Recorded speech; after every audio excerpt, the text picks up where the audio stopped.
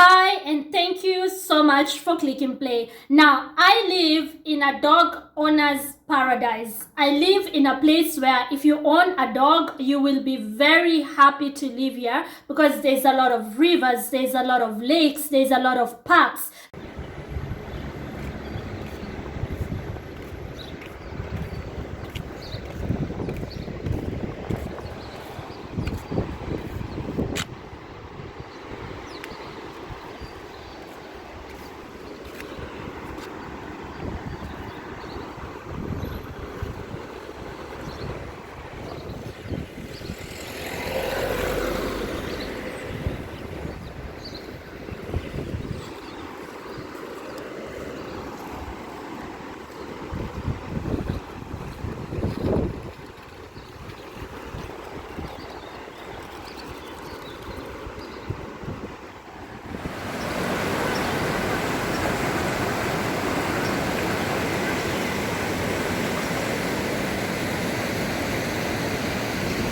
There's a lot of rivers, there's a lot of lakes, there's a lot of parks, there's a lot of forestry. They're just places where you can walk your dog, places where you can let your dog be free. You don't have to keep your dog on a leash, and the dog can just play. Especially if you have kids, you're going to love this part of the Alpine region of Austria. I call it a dog's owner paradise. If I had a dog, I don't have a dog, maybe I might get one, but if you have a dog, I think this is a paradise because especially there's many other dogs in this neighborhood. So dogs get to play together and the children are happy. A lot of the puppies here are very adorable. I always say hi to dogs when I meet them. I'm a lover of dogs. I'm a dog person. I'm actually not a cat person. I think all cats are assholes.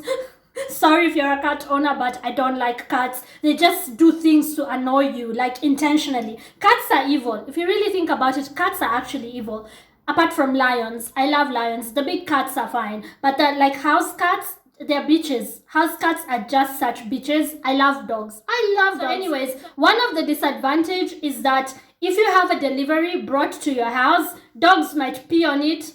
So your delivery cannot just be left out there for too long. If a dog passes by, it might sniff on your delivery, tear up the paper or the box. And I've had that happen before, but thank God nothing was ruined because I saved my delivery in time. Some dog owners are careless. They don't look at what the dog is doing. So the dog might end up stepping on your delivery. Or if they leave the delivery, good thing is that we live in a very safe neighborhood. Thank God, knock wood. I hope it remains that way. They can leave the delivery even near the road and nobody will take it. It could be out there for days and nobody will take it. You'll find your delivery out there. But now if it rains, your delivery will get rained on. So yesterday I went outside just to make sure that when the delivery car comes, I tell him where to be leaving my packages because I've had my package rained on and I've had dogs sniff on my package. Like you get the box and you can smell the dogs, right? And sometimes some people have had dogs poop on their package. So as much as we love dogs and we appreciate having so many dogs in the neighborhood, it's like, you know, you don't want your package which you paid for to be ruined. Sometimes I have things shipped from the States and they come all the way to Austria safely, only for them to be ruined in the neighborhood. You don't want that to happen. It's a waste of money, right? So I was waiting outside so I can tell the delivery guy I was waiting for his car so I can show him the place where he should leave my stuff, and if they are heavy I can show him where he can take the heavier things. I'm standing there and these two neighbors of mine passed me, some two ladies that I know from the neighborhood, and you know how it is in all white neighborhoods. There's no real connection. It's just the usual, hi, how have you been? But the person doesn't really want you to tell them how you've been. It's just a formality, right? If you've lived in all white suburbs, you know exactly what I mean. Becky has that, hi, how have you been? But she's hoping you don't stop to chat. She's hoping you don't really tell her how you have been. It's just a formality, just the way she's been raised to never not say hello. So she has got to say hello. Hi there, hi. Oh Lord. Especially if you're from Africa like myself, if you're from Kenya, you're used to a different culture where neighbors are basically almost distant relatives, right? I grew up in a place where I knew everything there is to know about my neighbors and vice versa, and we are very neighborly and warm and close. Like in Kenya, it's not frowned upon if you just go and ring your neighbor's bell and ask if you can hang out at their house. Like that's not frowned upon. It's not strange. They'll just let you in. It's not strange if you go at 9 in the evening and tell your neighbor, you know what, I can't find my key. Can I stay in your guest bedroom and I will be out tomorrow morning? If you know them for years, no one is talking about that hey, they came and they stayed over last night. Like nobody cares. Like in Kenya, we are that's why people say the African warmth. It's not a big deal. Nobody will be talking about it for days. I'm trying to imagine you doing that in a neighborhood such as the one that I live in. I think they will call the police and the military. It's like the strangest thing you could ever do. I don't know what it is about. Again, we've discussed this cultural difference of Europeans, especially being very distant, some might argue cold and maybe even snobbish, but the cultures that we come from, some of us, especially on the African continent and parts of Asia and also parts of the Caribbean islands, are very different cultures where if I run out of coffee and my kids, or tea or sugar or something, and my kids just got home from school and the shops are closed, I'm ringing the neighbor's bell. You know, give me some sugar, I'll give you back tomorrow. Oh, here you go, you don't have to give me back. You know, like it's like very, although my husband told me that when he was younger and he would visit his grandparents in a small village in Austria, people used to live like that, like the way Africans still live, with that warmth and that open door policy, that way of like just being close and knowing one another. People used to be like that. He said it changed in recent years. I don't know. He said in the last 30 years, it really changed in Austria. So I don't know, maybe there was maybe in the small villages, they still live like that. I don't know. But in Kenya, even in the big cities, we still live like that.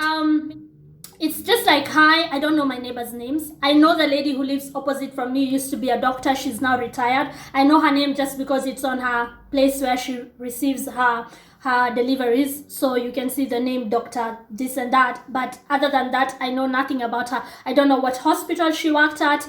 Now she's an elderly lady, and when she needs help, there's always people at her house who come to get her, like an ambulance, emergency service, or like, you know, the police, or like there's all these set up government institutions that come to help the elderly. Again, very different from our culture, because with us, we move back home to be with our elderly parents or grandparents, and they don't live like that. They live very differently from Africans, and we still have that like closeness with one another, with people who are elderly.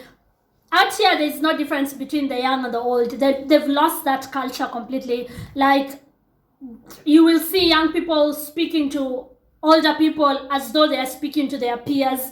That always still shocks me. It's just different where I come from. Anywho's, so I go out there so I can tell the delivery guy this, where to leave my stuff so it doesn't get ruined. And these two neighbors passed, these two women that I know from, you know, a few houses down my street, and they're like, hello, grüß Gott, grüß dich. You know, it's not the again, African, hi, where have you been? What are you up to? Can I come in? Let's have a coffee. Like, you know, you don't even have to ask. Come on in. Let's talk. Let's go to my... Like, there's a distance, right? Especially in a place like Austria, where it's less than 5% black people. It's like they're still like getting used to foreigners. And you know Austria's history, so yeah, you just, you know, are kind and respectful and say hi, but you just know, if I had a problem, I'm on my own. Like, it's me and my hubby and the police. Like, I would never... In Kenya, if you have a problem in the middle of the night, you ring your neighbor's bell. There's no problem. They're going to wake up. They're going to come outside. They're going to help you deal with whatever it is you're dealing with. I remember when I was growing up, and one time water flooded in our home, and we came home from, I don't know where we were. I think I was in school, and I think my dad had visited his friends somewhere. I don't know where we were. And we came home in the evening, and the house was flooded, and we had to like take the water from our home, like clean up that water and get rid of the water. Everything was floating. We had to do that until almost midnight because we came home in the evening. At some point, the neighbor asked us, why did you not call me earlier? Midnight. Our next door neighbor was with us. and like towels and wet clothes and getting rid of the water until almost 1 in the morning. Like that's the like African mentality and hospitality and warmth. And out here, if you have a problem, hey, buy a map, Google it, call the police. Everybody just lives very independent from the other. Let me just pause this video right here to say that after thinking about it for some years, after some years in the West, I have come to the realization that there is no superior culture. I'm not trying to say that our culture is better or that theirs is lesser. There is no superior culture because each culture has its advantages and disadvantages. There are pros and cons to everything. For instance, Africans, we struggle with setting boundaries and having privacy because everybody is all up in your business, right? And sometimes as a human being, you do need your privacy, you do need boundaries. And in the West, obviously, this is why they have higher levels of depression, because human beings are social beings. If you really think about it, why do they have more money yet they are more depressed? So each culture has its advantages and disadvantages. I am not here to say that there is a superior culture to the other. I am just putting out facts and trying to be as neutral as possible. I have nothing against them. I have nothing against their culture. Heck, I married one of them. Anyways, back to the video. It's usually a very cold, hello, and just like for convenience, just because they have to, right? And then I hear them whisper because they thought that, they are being discreet, or I don't know what they thought. And I hear them whisper about how they saw my husband the other day taking out the trash. So they started talking about, oh, so that's how she can afford to live here. Because, you see, we have 2 different places in Austria. This is in the mountains, the place that I'm sitting in right now. It's in the Alpine region of Austria. But we have a main residence in a big city called Linz, where my husband is mostly based because he's in finance and most of the big banks are in Linz, like most of the headquarters and all that. So he has to be there for work, and it's also easier for him to travel because of the airport. So I am in the mountains and he comes here when he's not working. Like right now he's here, and so they were talking about how they saw him recently taking out the trash, and this explains why I am able to live here and why I am able to afford to live here. Now listen, Becky and Karen. Becky and Karen have been wondering. Becky and Karen have just been wondering why, I guess, foreigner. I mean, what should I think? Why a foreigner, or because I can't say why a woman is able to live here alone, because there are also women, and there's some women also here who live alone, right? So I can't really say that they've been wondering how and why a woman can live here. So it has nothing to do with my womanhood. It must be because I speak broken German and I'm a foreigner. So are you wondering why a foreigner is able to live in your neighborhood? Or are you wondering why a non-white foreigner is able to live in your neighborhood? Like, which one is it? Because Becky and Karen are wondering. They've been wondering. They said it in German. Ja, ich habe auch gewundert. They said it in German, like they were passing and they were wondering how I've been able to live in their neighborhood, right? Because they don't see me with my man most of the times. Like I mentioned, he comes when he's not working. He might come for a week here, a week there, this weekend, and the next weekend he has to travel, or he's in Linz in the main residence, and sometimes I have to go to him. So we live like that in between the 2 places. But when he's here, then we live together, and maybe they've not seen us together.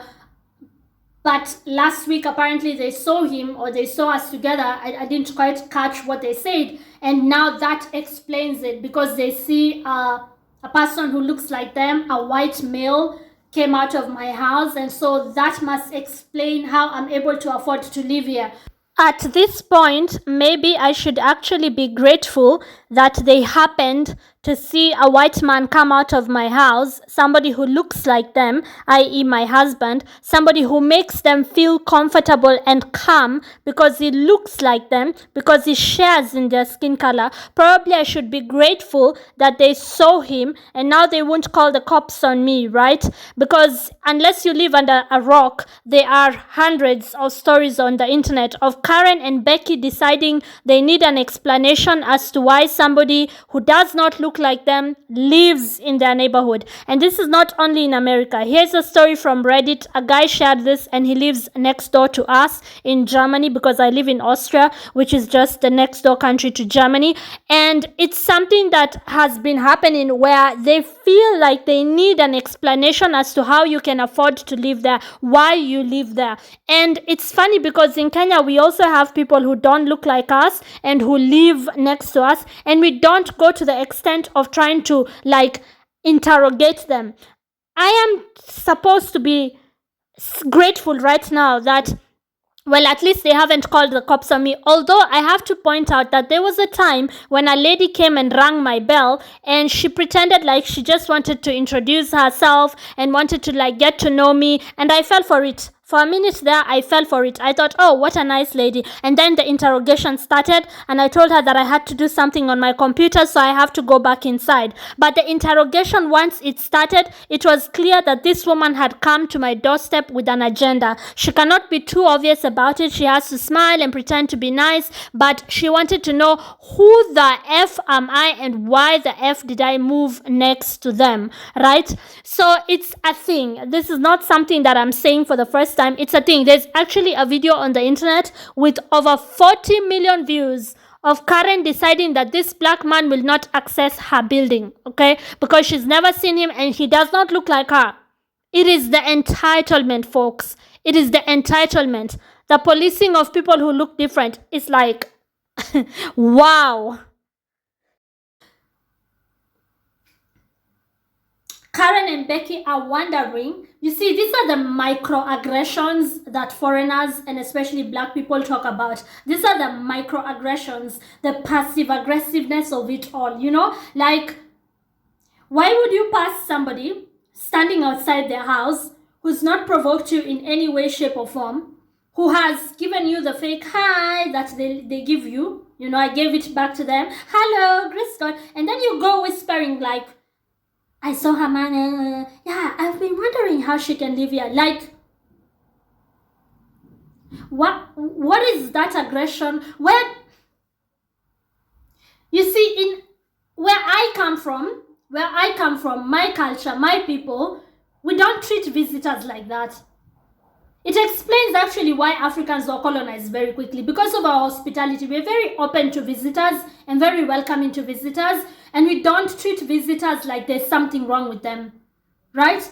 So like, you guys, in your mind, there's a compartment for people who do not look like you, and there's a level you've given us. So we cannot live in the nicer parts of town, right? In your minds, we cannot live upper middle class like you or middle class like you. We have got to be somehow under you because we are visitors. And so in their little, I've been wondering, yeah, but I saw her man the other week. Like, you've been pressed as to why I live here, why I am one of you, why I have the same quality of life as you have.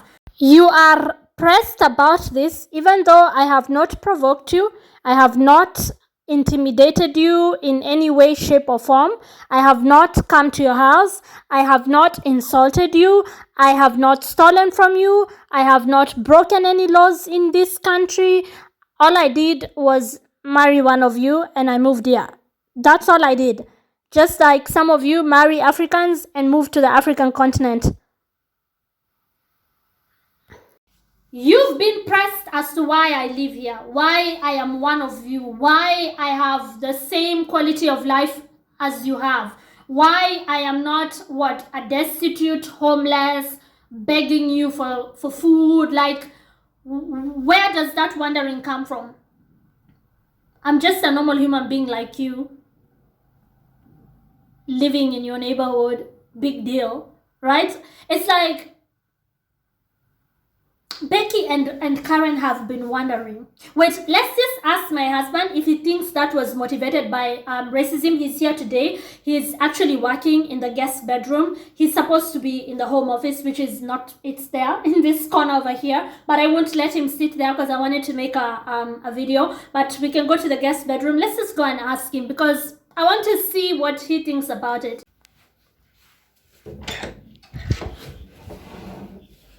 Yeah. Yeah. Genau.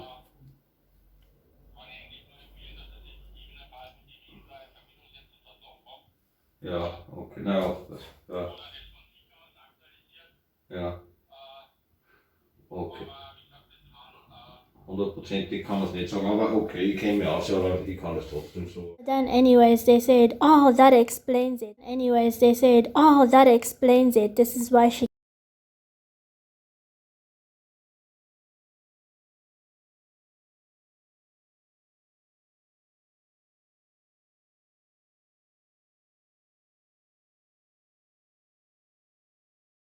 So, my husband can be very dismissive. Actually, let me not sugarcoat. He can be straight up rude.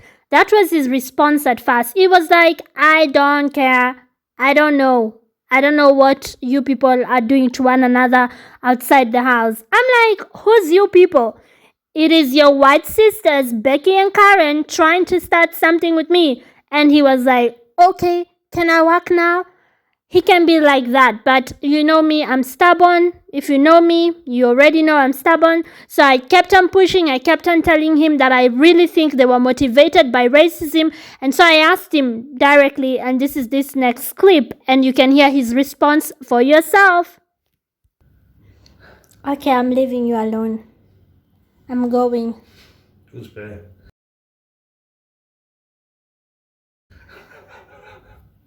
But you have to say something. Do you think that they were motivated by racism?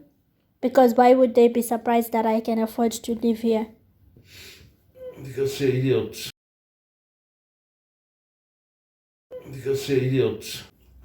Jealous idiots. Okay, bye. I leave you to work. Well, okay. According to him, he doesn't think there's anything, race motivated. He just thinks they are idiots and they are jealous or whatever.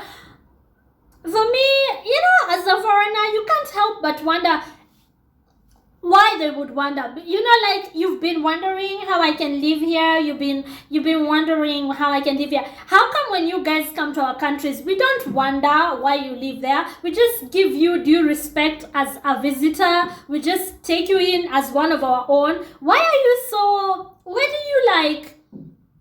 do you discriminate?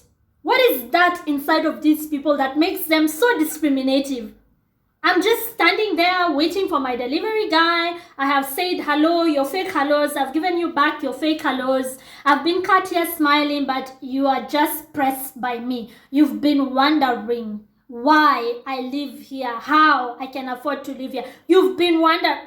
Becky and Karen, fuck you. Honestly, seriously speaking, I think it's about time somebody, actually German speaking Karens, I call them Bettina. Bettina, fuck you. Why is it so hard for you to get over yourselves? Like, I don't get it. I've made excuses for these people for a long time. I've been like, oh, it's in their history, right? Because of how they evolved versus how we evolved. They are very guarded because of all the sins that their forefathers have done, their ancestors with colonization, with slave trade and genocide all over the world. So maybe they are just, guarded and careful because, there's all sorts of reasons and theories I've tried to come up with. But it's like, you see it even in their young adults. It's like, is this really learned behavior or is it just something they're born with? Because you see it even in their very young adults, like people who are just starting out in life. They discriminate, like they make a distinction. They immediately wonder why you have the same quality of life like them. Like there's that entitlement of like, good things belong to us, not to the others. There's we, and then there's the others. Something that we just don't do in our culture. I am telling you for a fact right now, we don't have as much money as the West has. Go even to the poorest person in my country, for instance. Go to the person who has no money. I'm talking about financially. They are broke. Poor only financially, but rich in other ways. Go to the poorest person and they will have something to share with you. Like it is literally embedded in our culture. It's like the way we evolved. The person who has nothing has something to share with you when you go to them. It's like they will never at you as less than them, or make such statements of like, why would this person be able to live where I live? It's not in us. We just don't have that. And what is that? What is that? This is why I had to ask my husband, like, do you think it is based on the fact that I look different? Or what is that? According to him, it's just, normal woman to woman jealousy or whatever. But you see it mostly when you're a foreigner in Western countries and not vice versa. I don't know. I just thought to put this out there, and you can, share your theories with me, or let me know what you think. If you don't want to write here, you can DM me on my Instagram. But it's just like, because I said I'm going to create a community of thinkers on this YouTube channel, I want to provoke your thoughts. What motivates the microaggression of these people? Like, what is that inside of them that is so unwelcoming, that is so discriminative, and I don't know, man. I don't even have the words for it. But the other day, Becky and Karen, or whatever their names are, Bettina, they pissed me off. They pissed me off. I came home thinking like, hawa watu ni nini wananiuliza? Ni nini hawa wananiuliza? Mimi nimesimama nje ya nyumba yangu, sina shida na mtu yoyote. Wanapita wakinisalimia fake, and then they go just whispering about how they are wondering, now they saw my man, now it makes sense how I can afford to live here. Ni nini mbaya na hawa wanawake? I don't know. It's like, at this point, I can't help but wonder, is it born? Is it like something? Is it genetic? Are they born that way? I don't know. I honestly don't know. It would be really nice if they could for once mind their own business. Don't wonder about me. I know I look different. I know I sound different. I know I don't speak your language. Can you just mind your own business? Don't wonder about me. As long as I'm not hurting you, I don't know why I'm occupying so much of your brain where you're trying to figure me out and wonder about me. Like, mind your own effing business. Bettina, how hard can it be? How hard can it be? Anyways, thank you guys for watching. If this provoked your thoughts, food for thought for you, let me know what you think. If there's anything you saw that you liked or that you disagree or agree with, be sure to subscribe so we can continue provoking one another's thoughts, because again, I am open to criticism, just like I hope that my follower, whoever you are, will be open to criticism. You can also follow me on Instagram and let's have a discussion there. And yeah, let's just figure out this thing called life together. Oh, the bikes. Thank you so much for being here. I'll see you on the next one. Bye.